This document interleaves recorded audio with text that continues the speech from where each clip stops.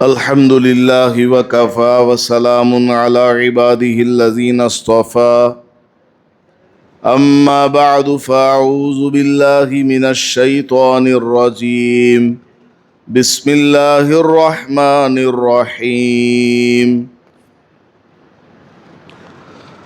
فاستجاب له ربه فصرف عنه كيدهن إنه هو السميع العليم ثم بدا لهم من بعد ما رأوا الآيات ليسجننه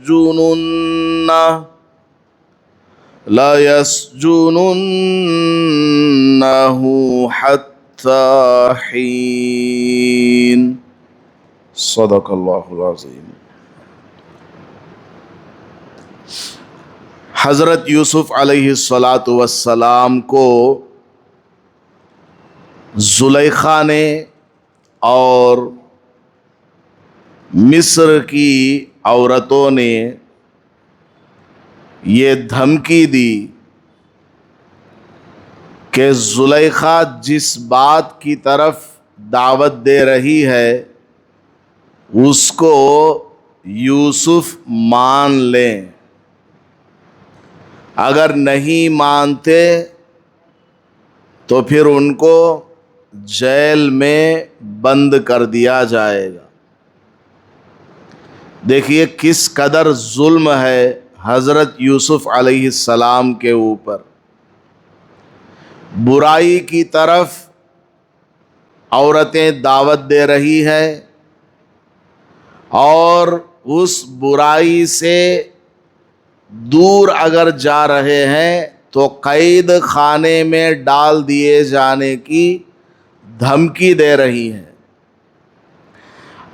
پہلے تو وہ صرف زلیخا کا معاملہ تھا، لیکن بعد میں عورتوں نے بھی یہی کہا۔